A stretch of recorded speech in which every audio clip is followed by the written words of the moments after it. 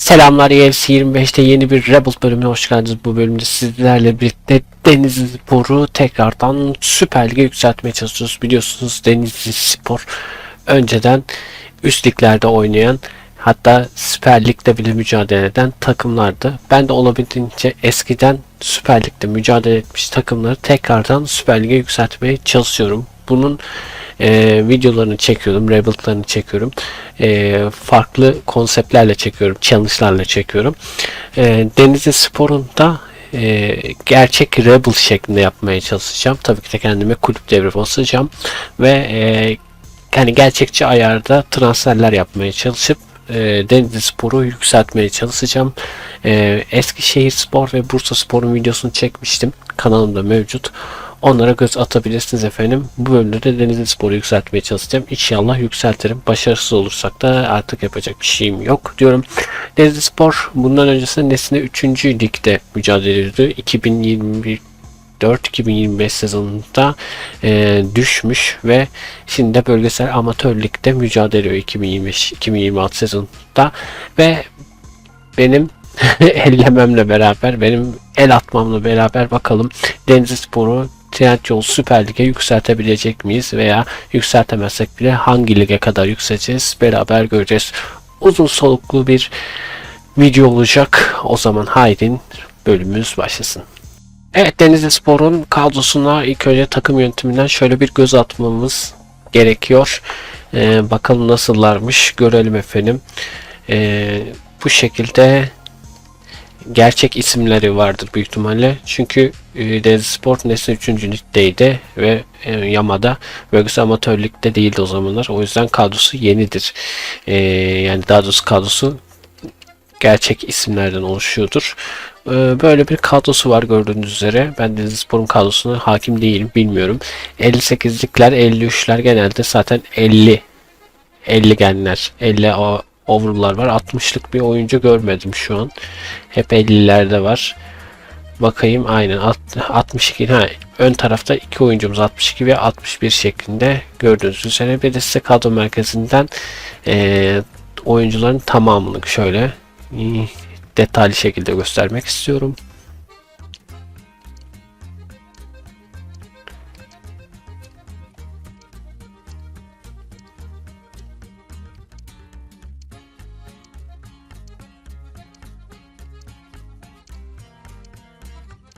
Evet, Denizlispor'un da 2025-2026 sezonu kadrosundaki oyuncularını tek tek sizlerle birlikte görmüş olduk efendim.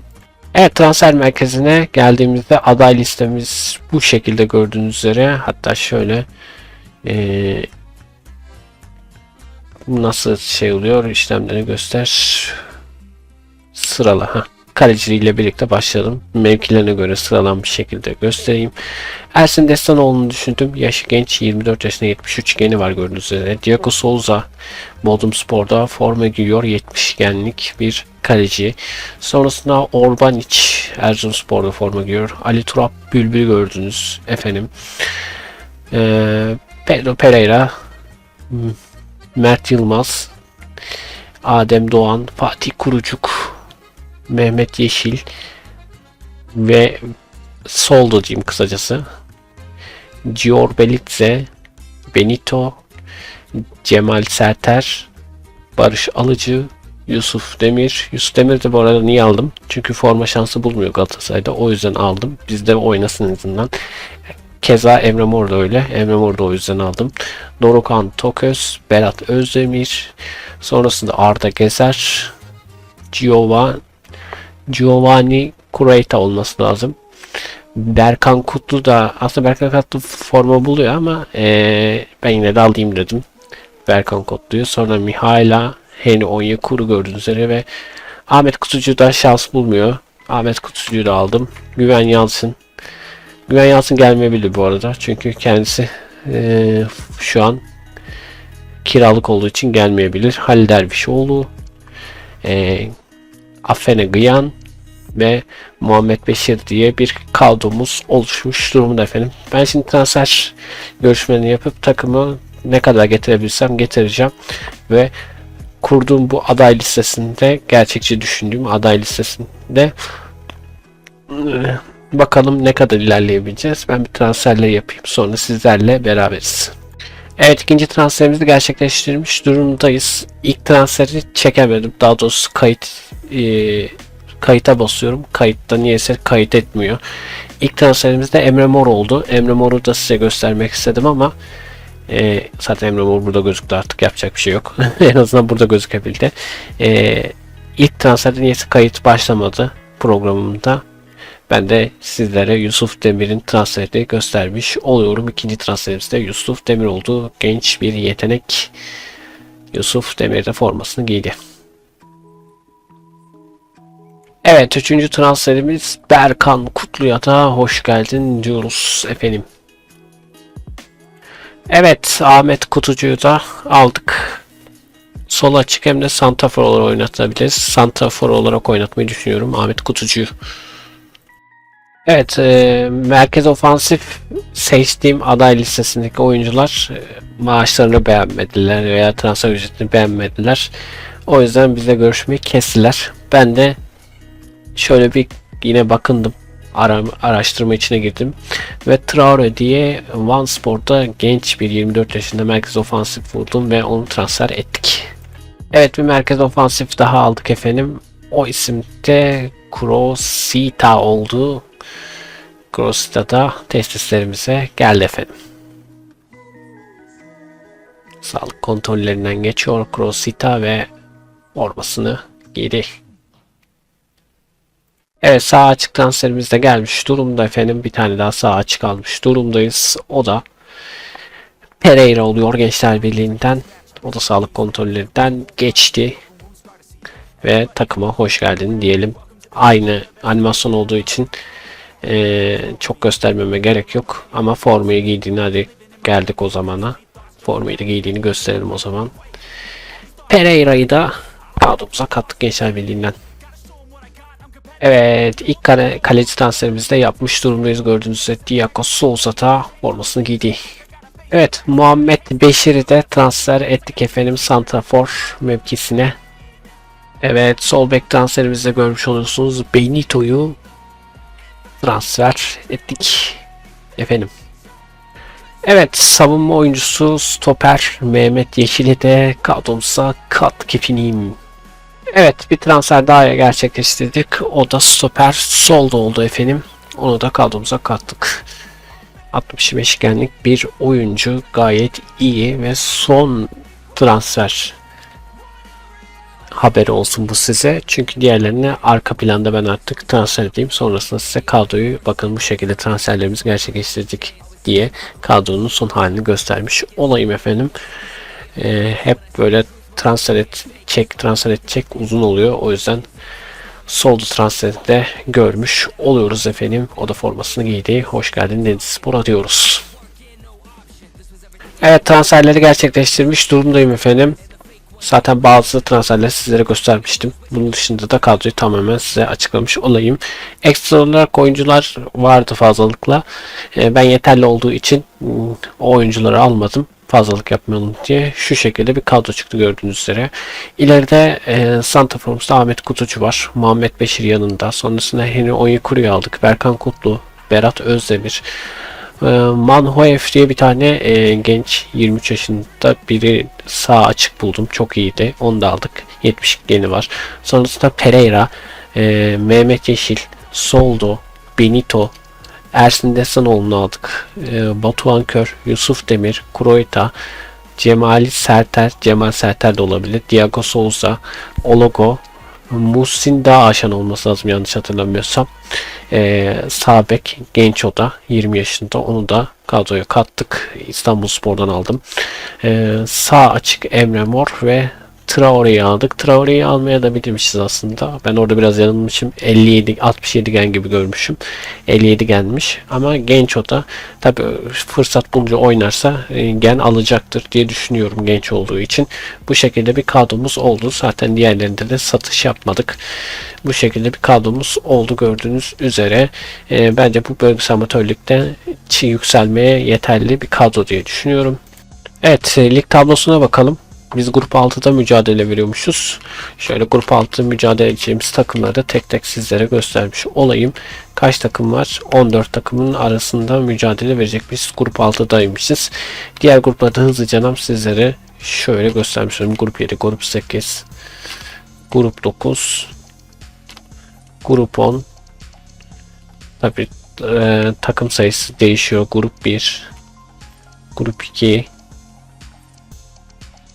grup 3, grup 4, grup 5 ve bizim grubumuz. Zaten biz sadece bölgesel amatörlük oynayabiliyoruz. Zira Türkiye Kupası'na katılmıyoruz. Şimdi ne yapıyoruz? Gidiyoruz, sezon sonuna geçiyoruz. Sezon sonuna geçip bizim takım ne yapmış, ne etmiş ona bakıyoruz. Bence bu takım bölgesel amatörlükte yükselmeye yeterli olacaktır diye düşünüyorum. Sizler ne düşünüyorsunuz bilmiyorum ama bence yükselmişizdir diye düşünüyorum. Haydi sezon sonuna doğru geçelim. Evet, sezon sonuna geldiğimizde de lider olarak yükselmişiz. Ben zaten bu takım direkt bölgesel amatörlükten çıkar diye düşünüyordum. Tam da düşündüğüm gibi olmuş. 26 haftanın sonunda 16 galibiyet, 6 beraberlik, 4 mağlubiyet alıp 49 atılan golle kalemize 27 gol görmüş. 22 avarajda 54 puanla grup 6'da Denizlispor birinci olarak, lider olarak yükselerek Nesne 3. lige yükseliyor efendim. Diğer grupları sizlere göstereyim. Grup 5'te Zapspor, grup 4'te Özgüzel Derespor, grup 3'te Kelkit Hürriyet, grup 2'de Kuşadası Spor, grup 1'de Evrenspor, grup 10'da Anamur Belediyespor, grup 9'da İzmirspor, grup 8'de Sorgun Belediyespor, grup 7'de de Yeşil Vartaspor yükselen takımlar olmuş. Evet, takımımıza da şöyle göz atalım. Takımımız gördüğünüz üzere Ahmet Kupcu 70-71 gen olmuş bu arada. Manuhev 72-73 gen olmuş. Diğerlerinde bir yükselme yaşanmış mı bilmiyorum. Şöyle bir kadro olmuş bizim oyuncularla beraber efendim. Hemen bir kadro merkezine girip istatistiklere bakalım. İstatistiklerde gollere bakalım. Batuhan Kör mesela 5 maç oynamış, 1 gol kaydetmiş. Muhammed Beşir 26 maçta 11 gol 3 asist katkısı yapmış. Ardından aldığımız oyunculara şöyle göz attığımızda Manhoef 26 maçta 9 gol 1 asist katkısı var. Yusuf Demir 3 maçta oynamış, katkısı yok. Emre Mor 6 maçta katkısı yok. Berkan Kutlu 25 maçta 1 gol 1 asist katkısı var. Berat Özdemir de 25 maçta 1 gol 7 asist katkısı var. Traore'yi bir kere oynatmışlar. Krosiata 6 maçta 1 gol kaydetmiş. Ahmet Kutucu, ben onu biliyorsun santraforda kullanmıştım ama pek oynatmamışlar. O da zaten 7 maçta 2 asist katkısı yapmış. Onyekuru 26 maçta 15 gol 3 asist katkısı var. Onyekuru daha fazla katkı yapmış. Peto Pereira 25 maçta 1 asist katkısı var. Ologo 5 maçta oynamış, katkı yok. Mehmet Eşi 25 maçta 1 gol katkısı var. Solda 6 maçta 1 asist.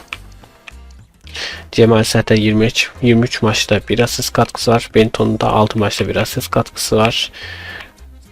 Ersin Destanoğlu da 23 kez forma giymiş. Evet. Şimdi ne yapıyoruz? Nesine 3. lige doğru geçiyoruz efendim. Bakalım takımdan ayrılanlar olur falan filan. Gene transfer etmek durumları olursa transfer ederiz. Bir Nesine 3. lige geçelim. Ne olmuş ne bitmiş görelim. Geldik Nesine 3. lige ve kadromuz şu an için bozulmamış. Birkaç tane herhalde şeyden oyuncular ayrıldı. Şimdi kadromuz bu şekilde gayet iyi durumda. Belki bir stoper takviyesi yapabiliriz. Stoperlerimiz burada var gerçi. 54 genlik bir stoperimiz var. Sonrasında 53'lük bir stoperimiz var gerçi. Yani bunları da oynatabilir diye düşünüyorum. Belki transfer yapmamıza bile gerek olmaz çünkü bayağı bir var. Santrafor'da 62'likte iş görür önde diye bir isim ve Batuhan Kör'ümüz var. Bence transfer yapmayalım diye düşünüyorum. Kadromuz gayet iyi diye düşünüyorum. Şöyle kadroya baktığımda da Ersin Destanoğlu'yla sözleşmeyi uzattım. Sonrasında kiminle uzattım? Sonrasında Onyekuru'yla da bir sene daha uzattım. Emre Mor'la da 2 sene daha uzattım. Bu şekilde onları yapmış durumdayım gördüğünüz üzere efendim. Kadromuzda gayet iyi. Şöyle benim transfer ettiğim oyuncuların sözleşmelerini uzatmış durumdayım. Bence bu kadro yeterli olacaktır efendim diye düşünüyorum. Size kadro merkezinden detaylı şekilde gösterdim. Evet, Nesine 3. hangi grupta mücadele veriyormuşuz? Grup 1'deymişiz, tam 16 takımlık grup 1'deyiz gördüğünüz üzere efendim, bu şekilde. Grup 2'ye geliyorum. Grup 2'yi de hızlıca sizlere gösteriyorum. O da 16'ymış. Grup 3'e geliyoruz. Grup işte 16 ve grup 4'e geliyoruz. Grup 4'te 16 tam takımlar birbirlerine. Biz grup 1'de mücadele vereceğiz. Ziraat Türkiye Kupası bu yıl var. Katılabiliyoruz ama çok ilerleyemeyiz orada büyük ihtimalle zaten de. Playoff'lara da kalmadan inşallah direkt yükseliriz diye düşünüyorum. Transfer gerçekleştirmedik ama bence yeterli olacaktır diye tahmin ediyorum. Denizli Spor birinci olarak çıktığında zaten direkt yükseliyor. İkinci olarak çıktığında playoff'lara katılıyor. Playoff'larda ikinciden kaçacak kadar bilmiyorum. 2 ile 3 4 yok 2 3 2'den 5'e kadar mı acaba playoff'a katılıyor? Playoff'a katılman takımların sayılarını bilmiyorum. Hani kaçıncı, ikinci, üçüncü katılıyor kesin de. Hani kaç takım katılıyor, kaçıncı sıradaki takıma kadar katılıyorlar bilmiyorum. Ben şöyle düşündüm, hani Denizlispor 2-3. falan olursa en azından playoff oynamış oluruz diye düşünüyorum. Direkt sezon sonuna geçsem mantıklı olur. Çünkü kadroya güveniyorum. Kadro gayet iyi, bir takviye yapmamıza gerek yok. Evet, geldik sezon sonuna ve takımımız düşündüğüm gibi olmuş. Direkt birinci olarak playoff'a da kalmamışız. İyi bari. Direkt Nesne 2. lige doğru yükselmiş Denizlispor'la. 30 haftanın sonu 23 galibiyet, 6 beraberlik, 1 mağlubiyet alıp 65 atılan golde karemiz 28 gol görüp 37 varaca 75 puanla birinci sırada tamamlamışız.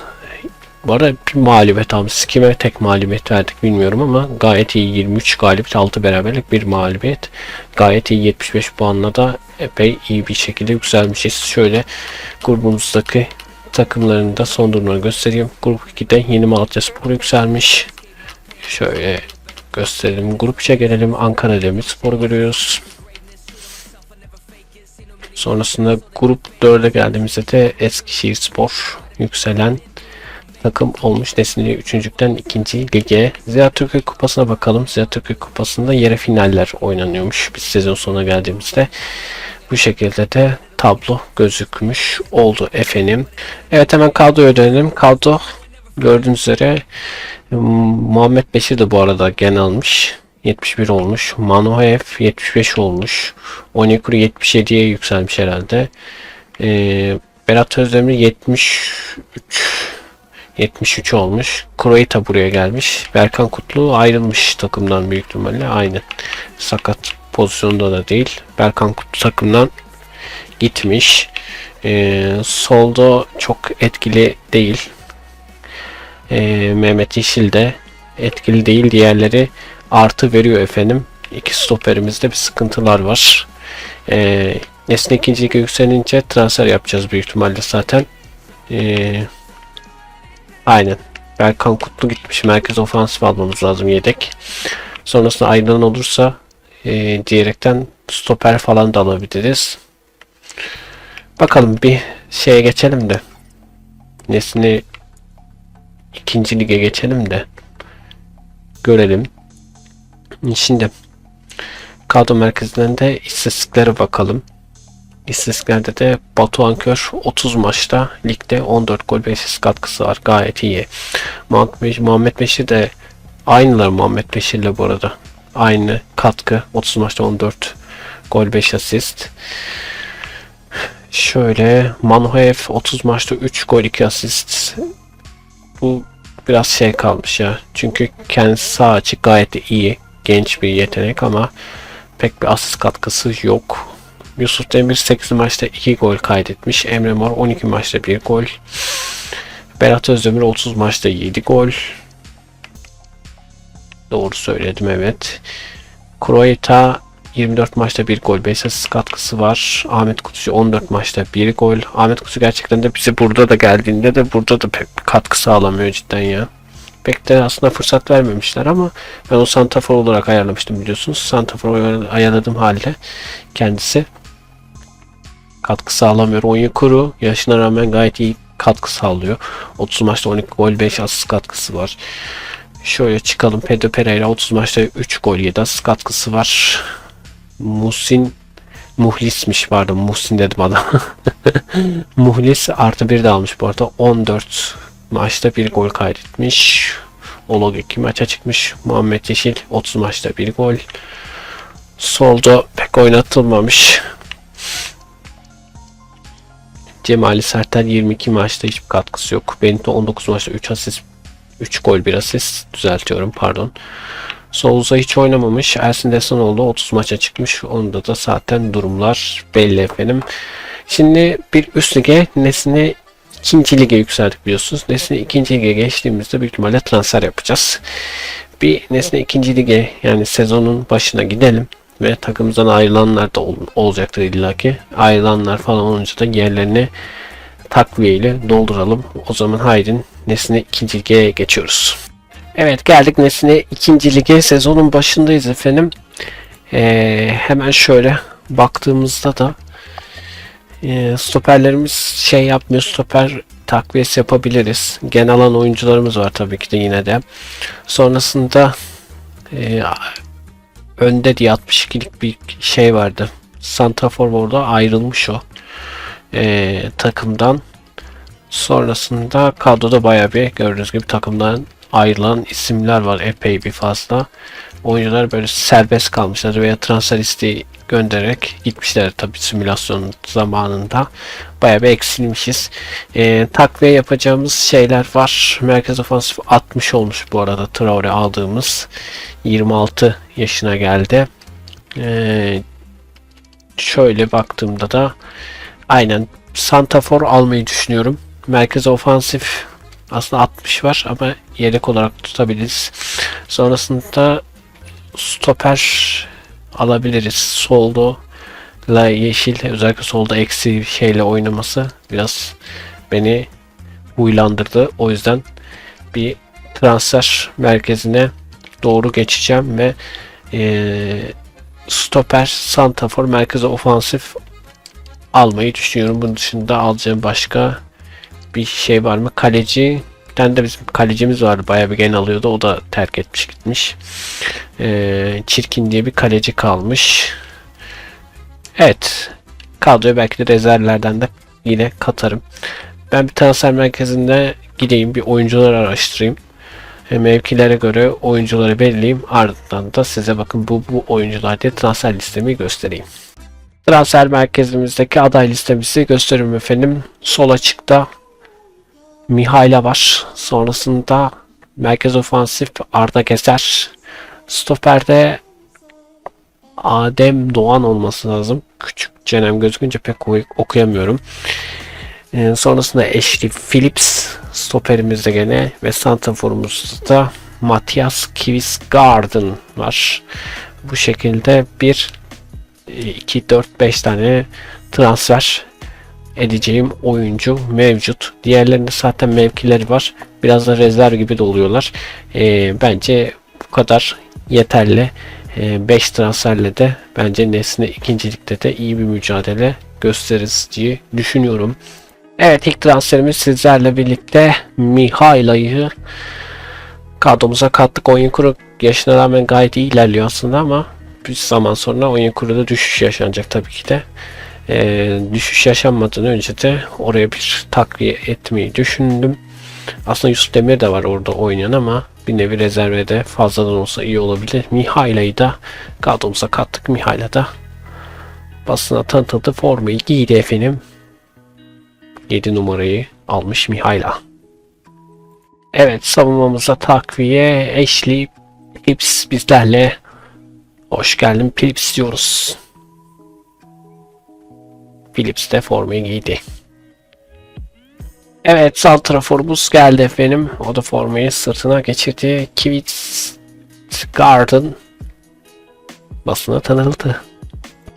Evet merkez ofansif olarak da bir Türk ismi, genç bir ismi kadroya kattık efendim. O isimli Mersin İdman Yurdu'ndan aldığımız isim Arda Gezer oluyor. O da formayı giydi. Basına tanıtıldı efendim. Evet, söylediğim 5 transferi de gerçekleştirmiş olduk. Stoper mevkisine de Türk bir oyuncuyu aldık, Adem. Evet, transferler sonrası kadromuz bu şekilde oldu, gördüğünüz üzere efendim. Şöyle bir kadro oldu. Bence bu kadroda iş görecektir diye düşünüyorum. Nesli ikincilikte kaçıncı? Daha doğrusu hangi gruptayız ona bakacağız. Habire altlıklarda 3-4 grup falan diye gidince aklım direkt kaçıncı gruptayız diye geldi ama kırmızı grup ve beyaz grup vardı Nesli ikincilikte ve biz kırmızı grupta mücadele verecekmişiz. Şöyle aşağı inerek de size takımları göstermiş olayım, 18 takım ve beyaz gruba geldiğimizde beyaz grubunda takımlarını teker teker göstermiş olayım. Onlar 19 takım, biz 18 takımız. Gerçekte de öyle mi bilmiyorum. Eşit sayıda diye biliyorum ama belki de eşit değildir. Eşit olmayabilir. Çünkü bir zamanla bizim Süper Lig'de de 19 takımla mücadele verilmişti biliyorsunuz. Aynı şekilde olmuş olabilir. Alt ligleri takip etmediğim için grup sayısını tam olarak bilemiyorum. Şimdi burada da playoff var. Nesne ikincilik playoff'u var ve Ziraat Türkiye Kupası mücadelesi var. Ziraat Türkiye Kupası'nda zaten ilerleyemeyiz ama Nesne ikincilikte de playoff'a kalmayız inşallah diyorum. Kadroyu gösterdim. Bence gayet iyi bir kadromuz var.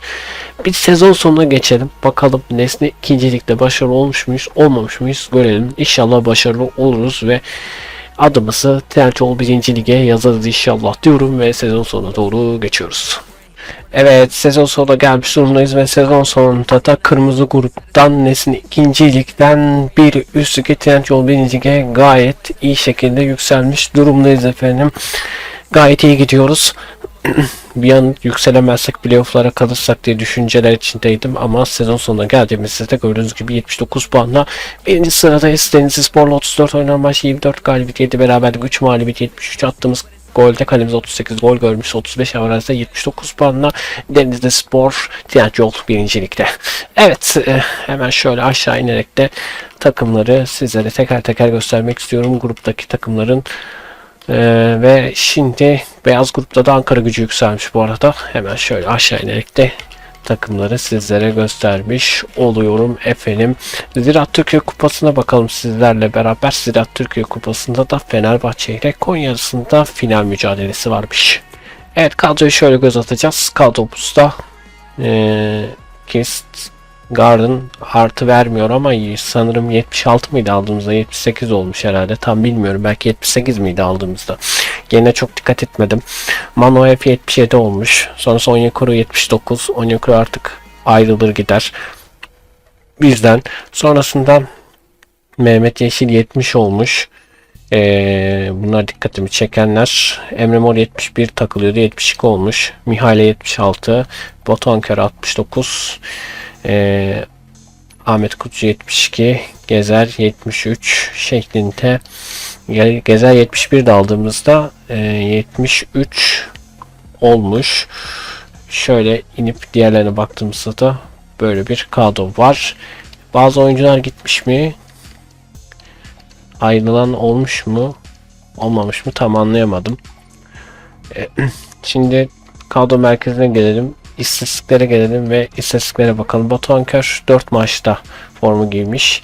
Kirstargen aynen 76 idi, bakın 78 olmuş. 2 yen mi aldı diyordum.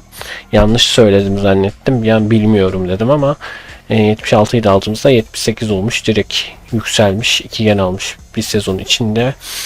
30 maçta 23 gol 6 asist gayet iyi. Türkiye Kupası'nda 6 maçta 2 gol kaydetmiş. Çok iyi bence. Muhammed Beşik 34 maçta 15 gol 5 asist katkısı var. Türkiye Kupası'nda da 6 maçta 2 gol 1 asist katkısı var. Şöyle çıkalım, Manhoev 31 maçta 4 gol 4 asist katkısı var. Çok da iyi bir sağ açı değil demek ki. Hani biz de gençken aldık ama çok böyle yen alıyor ama katkı yok. Verdiği katkılara bakın, 4 gol 4 asist. Yani çok düşük. Yusuf Demir hiç oynatmamış. Emre Mor 10 maçta 2 gol kaydetmiş. Berat Özdemir 33 maçta 6 gol 3 asist katkısı var. Traore bir kere forma şansı bulmuş. Kroita 3 maç forma giymiş. Kaptan, başka yok. Aldığımız Arda Gezer O da 2 gen almış. Hemen 30 maçta 3 gol 5 asist katkısı var. 6 maçta kupada da 1 asist katkısı olmuş. Mihail'e 20 maçta 2 gol asist katkısı var. Bu da düşük. Ahmet Kutucu 5 kere oynatmışlar. Ligde bir şey yapamamış. Türkiye Kupası bir maçta 1 gol kaydetmiş.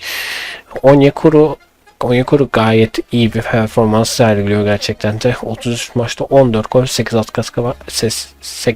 asist katkısı var. Bir an söyleyemedim. Türkiye Kupası'nda 5 maçta 1 gol 1 asist katkısı var. Şöyle çıkıp bakalım. Pedro Pereira o da gene almış, artık gene almış. 29 maçta 2 gol 4 asist katkısı var. Olago'yu 3 maçta oynatmışlar. Phillips 31 maçta forma giymiş. 6'da kupada girmiş. Bir katkısı yok. Mehmet Yeşil 28 maçta giymiş. Bir katkı yok. 6 maçta Türkiye Kupası'nda 1 gol kaydetmiş. Solda 8 maçta 1 gol kaydetmiş. Cemal Serter 15 maçta giymiş. Türkiye Kupası'nda 2 maçta 1 gol kaydetmiş. Benito da forma şansları bulmuş ama yapamamış. Diego Souza'yı o hiç oynatmıyor ya. Onu fark ediyorum. Ersin Destanoğlu da gördüğünüz üzere tüm hepsinde oynamış durumda. Şimdi Trendyol 1. Lig'e geçiyoruz hocam. Trendyol 1. Lig'e geçtiğimizde de bakalım. Takımda kimler kaldı? Takviye edeceğimiz isimler var mı? Göreceğiz. Büyük ihtimalle takviye edeceğiz. Çünkü o takımdan ayrılması yüksek ihtimalle oyuncularımız var. Şimdi sizlerle birlikte Trendyol 1. Lig'e doğru geçiyoruz. Evet, geldik Trendyol 1. Lig'e efendim ve takımımızdan ayrılan isimler oldu haliyle ve tabii ki de bol bol transfer etmemiz de gerekebilir. Açık konuşmak gerekirse serbestlerden de oyuncular çekmeyi düşünebilirim. Kadromuz gayet iyi bence aslında, 70'likler gördüğünüz üzere. Bu kadro bence takviye yapılmadan da iş görür diye düşünüyorum ama riske atmak istemiyorum. Hani yüzlük kuyruğuna geldik burada, artık takviye etmezsek o kadar çabamız boşa gidecek efendim tabii ki de. Serbestlerden oyuncular da alacağım bu arada. Ve gözüme çarpan oyuncu olsa da onları da alacağım. Zaten hedefimiz Süper Lig'e yükselmekte ve Süper Lig'e yükselmek için elimizden geleni yapacağım efendim. Şimdi ben size Trendyol 1. Lig'in puan durumunu göstereyim. Ardından da ben transfer listesini size göstereceğim. Oyunculara bakacağım. Serbest oyunculardan çekeceğim oyunculardan oluşan bir transfer listesi ve gözüme çarparsa ve düşündüğüm diğer böyle takımlardan transferlerdeki oyuncuları da görürsem aday listeme koyacağım ve size onları göstereceğim. Ama önce Trendyol 1. Lig'e bir göz atalım. Bakalım bu sezonda kaçıncı sezondayız, bu arada kaçıncı yıldayız bilmiyorum. Hangi takımlarla mücadele edecekmişiz görelim. Evet, 2028-2029 sezonundan hepinize merhabalar diyoruz. 2028-2029 Trendyol 1. Lig'in takımları şu şekilde gördüğünüz üzere efendim. Gördüğünüz üzere alttan üstten yükselenler epey olmuş. Şöyle takımları tek tek sizlere göstermiş oluyorum efendim. 20 takımız değil mi? 20 takım. Aynen 20 takımı görmüş olduk. Yine Trendyol 1. Lig tabii ki de playoff'u var. Ve Ziraat Türkiye Kupası var. Bizim hedefimiz direkt Süper Lig'e yükselmek için, bu yüzden epey bir transfer yapacağız diye düşünüyorum. Bu sezonda dediğim gibi yüzlük kuyruğuna geldik. Sonuna geldik, artık buradan döndürmeyelim. Elimizdeki mevcut bütçeyle beraber artık takıma takviyeler yapalım diye düşünüyorum. Ziraat Türkiye Kupası'nda da belki de takviyelerimiz işe yarar. Ziraat Türkiye Kupası'nda da ilerleriz diye düşünüyorum. Şimdi ne yapıyorum? Ben bir transfer listeme gidiyorum. Sizlere serbest oyunculardan ve dediğim gibi bazı takımlardaki oyunculardan listeleyeceğim ve transfer merkezimi göstereceğim. Epey fazla olabilir ama yine de tabii ki yeterli bulunca transfer listelerindeki tüm oyuncuları transfer etmeyebilirim. Şimdi transfer listesine doğru geçelim. Evet, transfer listemi göstermiş oluyorum efendim. Adamo diye bir santrafor var. Serbestlerde gayet iyi. Hızı da iyi. Yaşı da bizim için uygun şu anlık. Sonlara doğru geldik zaten. Stoper buldum. Adam diye. O da 21 yaşında, 77 yeni var. Gayet iyi. Serbest oyuncularda Altimira sağ bek 71'de gördük. Andrade kaleci 21 yaşında %74 geni var. Gayet iyi. Arias var. Thomas Arias 75 genlik sol bek 20 yaşında ve Victor Meyer 77 sağ bek var efendim ve bir de 75'lik merkez ofansif olarak Gibbs var. O da 25 yaşında, gayet iyi. Serbest oyuncularda 5 tane oyuncumuz var serbest oyunculardan ve ekstra olarak da Everton ve Brentford'dan 2 oyuncu sol bek ve sağ bek şeklinde görmüş oluyoruz efendim. Zaten kadromuz gayet iyi. Bu rezerv olmuş şekilde olacak. Rezervlerde ve yedeklerde hani rotasyon şeklinde de gerçekleşecek. Ben bunların transferlerini yapacağım. Sizlere göstermeyeceğim. Bakın şunu transfer ettik, bunu transfer ettik diye. En son size transfer ettikten sonra takımı göstermiş olacağım. Ben bir transferleri yapayım, geliyorum.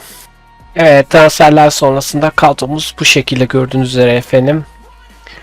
Yeni transferlerimizden Arias ve Meyer'i kadroya katmış durumdayım.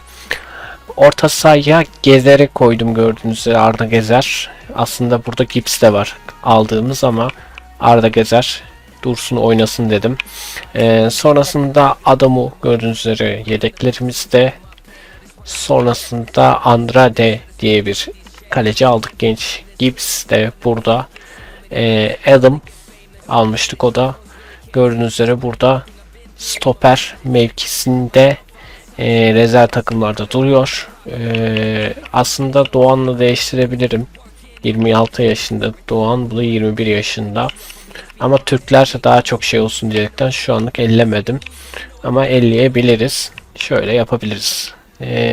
Büyük ihtimalle bu Adam forma şansı bulacaktır. Gerçi ben rezervlerden çekmesem bile rezervlerden alıp simülasyonda onu oynatırlardı diye düşünüyorum. Hani Doğan'la bunu yer değiştirme pek bir şey fark etmedi aslında. O yüzden yine Doğan'ı şöyle biz Türk olarak koyalım da bu şekilde dursun efendim. Kadromuz güzel. Bence yeterli ve Trendyol birincilikten de yükseliriz, çıkarız diye düşünüyorum efendim. Süper Lig'e inşallah çıkacağız. Bir aksilik olmazsa. Haydi o zaman sezon sonuna. Evet, sezon sonunda Trendyol birincilikte efendim. 38 haftanın sonunda 27 galibiyet alıp 10 beraberlik, 1 mağlubiyet alıp 84 atılan golüm, 84 attığımız golle kalemizde 35 gol görüp 49'a varsa 91 puanla Denizlispor tekrardan efendim Trendyol Süper Lig'e yükselmiş oluyor ve rebuild'ımızı başarmış oluyoruz. Bizimle birlikte Gençler Birliği de yükselmiş. Kasımpaşa playoff oynayacak. Şöyle aşağı inerek de takımların son durumlarını sizlere göstermiş olayım efendim.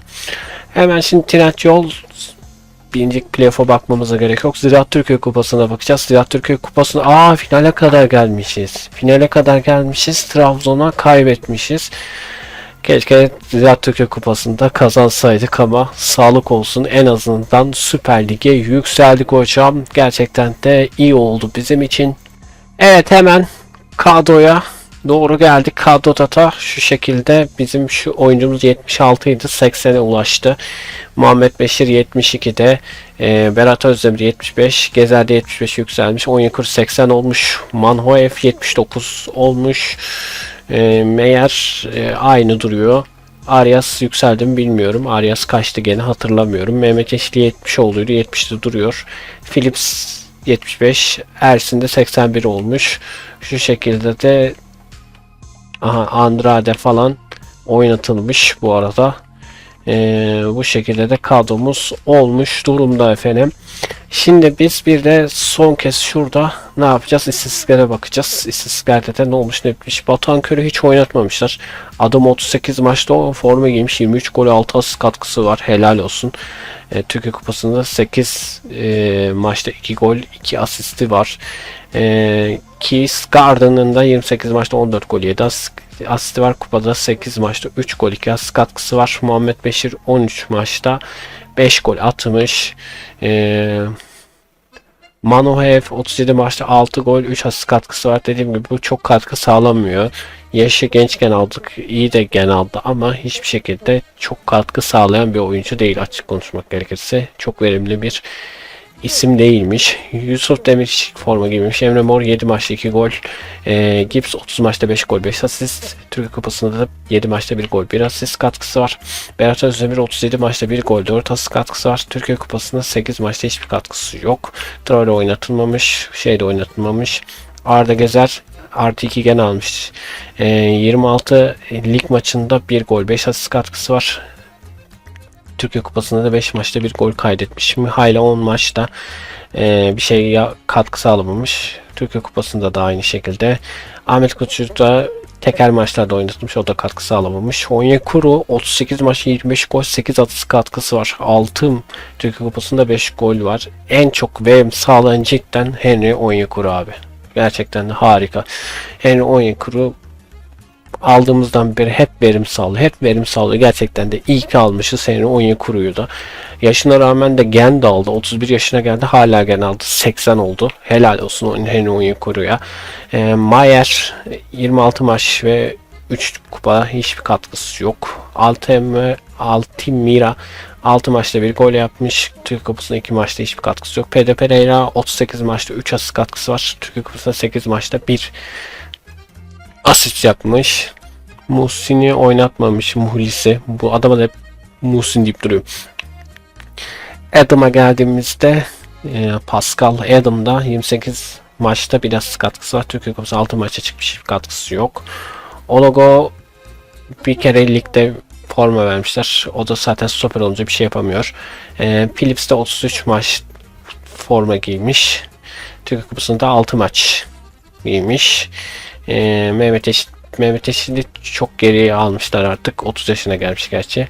O yüzden de geri almışlar. 5 lig maçı giymiş ve 2 Türkiye Kupası'nda oynamış. Az forma şansı bulmuş bu sezonda. Tencal 1. Lig'de 7 maçta 1 gol kaydetmiş Soldo. Soldo rezervlerdeydi. Gene buraya gelmiş. 31 yaşına gelmiş. Vay be Soldo. Arias 38 maçta 1 gol, biraz katkısı var. Sol bek yeni aldığımız ve 8'de Türkiye Kupası'nda oynamış. Hiçbir katkısı yok. Cemal Serter 6 maç şansı bulmuş. Bento bir Türkiye Kupası'nda oynamış. Andrade de kaleci Andrade bir kere Trendyol Lig maçına çıkmış. Genelde zaten Ersen Destanoğlu 28 yaşına geldi ve o da 2 gen aldı. 81 gende 37 lig maçında bir asist katkısı olmuş efendim. Evet, şimdi Rebuild'ımızı başardık burada.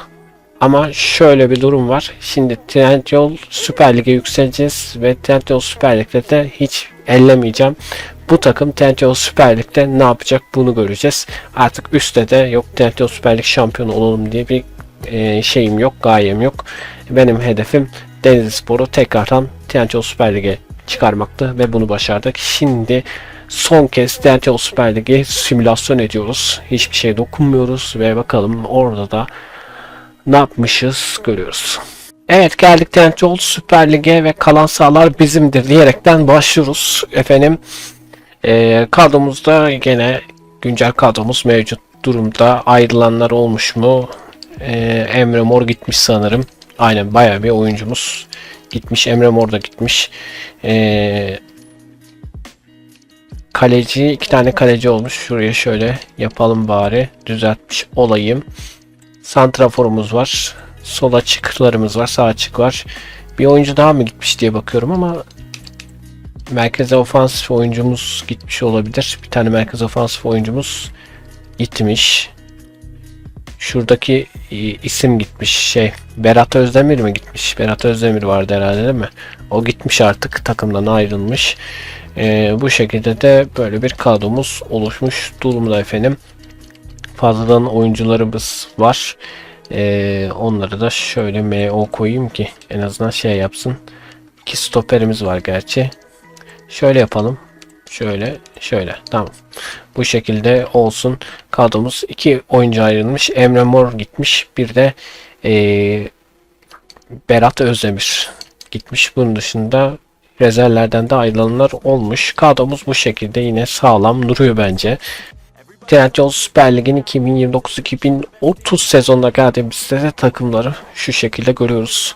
Gördüğünüz üzere takımlar bu hale gelmiş. 18 takım gördüğünüz üzere efendim.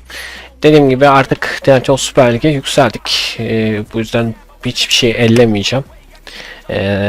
Direkt sezon sonuna geçeceğim ve bakalım bu kadro alttan bölgesel amatörlükten gelip TNT Süper Lig'e yükselmiş olan kadro hiçbir şey ellemeden bakalım burada da Süper Lig'de kalmayı başaracak mı? Bunu öğreneceğiz. Haydi sizlerle birlikte sezon sonuna geçiyoruz ve sonra kapanışta beraberiz. Evet, Denizli Spor'la da sezon sonuna geldiğimizde ikinci sırada tablamamız bence gayet iyi. 34 haftada 24 galibiyet, 6 beraberlik, 4 mağlubiyet alıp 71 atılan golde kalemize 39 gol görüp 32 avarajı 78 puanla ikinci sırada tamamlamışız. Galatasaray şampiyon olmuş. Şöyle inerek de diğer takımları da sizlere göstermiş olayım. Ziraat Türkiye Kupası'na gelelim. Ziraat Türkiye Kupası'nda da finalin adı Fenerbahçe ile Galatasaray arasındaymış efendim. Ve son kez kadroya bakacağız. Ardından da kapanışta sizlerle birlikteyiz. Kadroda son hali bu şekilde gördüğünüz üzere efendim. Şöyle görmüş olalım. Ayrılanlar olmuş gene herhalde takımdan. Kadro merkezinde de istatistiklerini okumayacağım. Şöyle geçip göreceğiz. Sonrasında videomuzu sonlandıracağız efendim. İstatistiklerle sizlerle birlikteyiz, oyuncuların istatistikleriyle.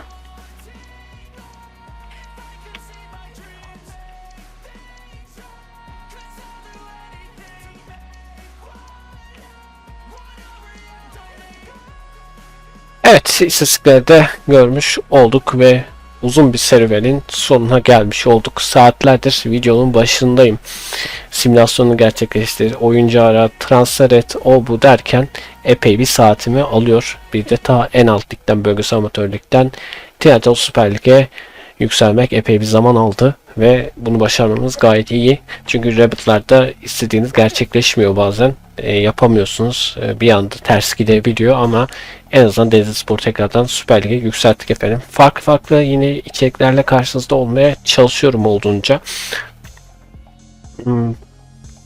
Eski takımları TNT Süper Lig'de önceden Süper Lig'de oynayan takımları yine yükseltmeye çalışıyorum. 3 takımı yükseltmiş durumdayım.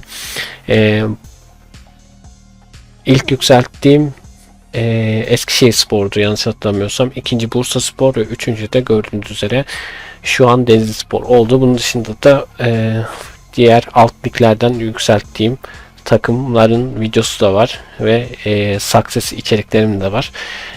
Videoyu beğenip yorum bırakıp ve kanala abone olursanız çok mutlu etmiş olursunuz. Bunları istiyorum çünkü bayağı bir emek uğraş var bu videolara. Bunları yaparsanız mutlu olurum.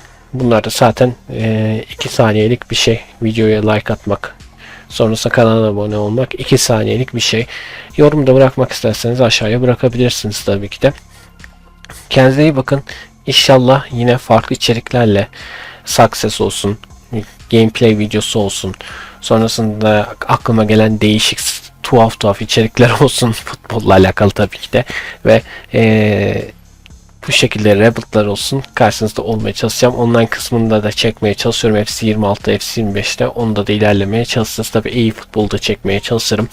Olabildiğince farklı oyun videolarıyla yine karşınızda olmaya çalışacağım. Kendinize iyi bakın. Yeni videolarda görüşmek üzere. Hoşçakalın efendim. Bye bye. See you later.